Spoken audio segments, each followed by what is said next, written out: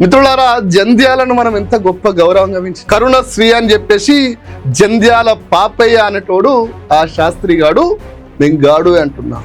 నా రాష్ట్రం మీద విషం జిమ్మే ఏ నా కొడుకైనా వాడు గాడే. 1969 ఫిబ్రవరి 18 నాడు వాడు రాసినటువంటి కవిత గురించి మీ ముందుకు తీసుకొస్తాను. ఇలా వీడే కాదు, 1969 ముందు నుంచే ఇలాంటి నీచపు నికృష్ట మాటలు మనకి అలవాటు. ఉద్యమంలో మేము చూసిన వాళ్ళమే. మిత్రులారా, 1969లో ఆనాడు వాడు రాసేటప్పుడు ఇచ్చిన ఉపోద్ఘాతం ఏందో తెలుసా?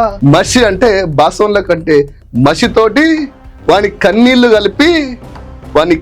కలిపి మాతృశ్రీ రాసింది అని చెప్పేసి వాని పేరు కరుణశ్రీ అని పెట్టుకున్నాడు. వాడే జంధ్యాల పాపయ్య శాస్త్రి.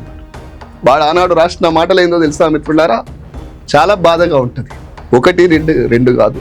స్వార్థపరుల నిర్మాణం ప్రత్యేక తెలంగాణం భరతమాత కవమానం, ప్రత్యేక తెలంగాణం దక్షిణ పాకిస్తానం, ప్రత్యేక తెలంగాణం పగబట్టిన దృక్కోణం అని ఆనాడు శాస్త్రి గారు రాసిన మాటలు.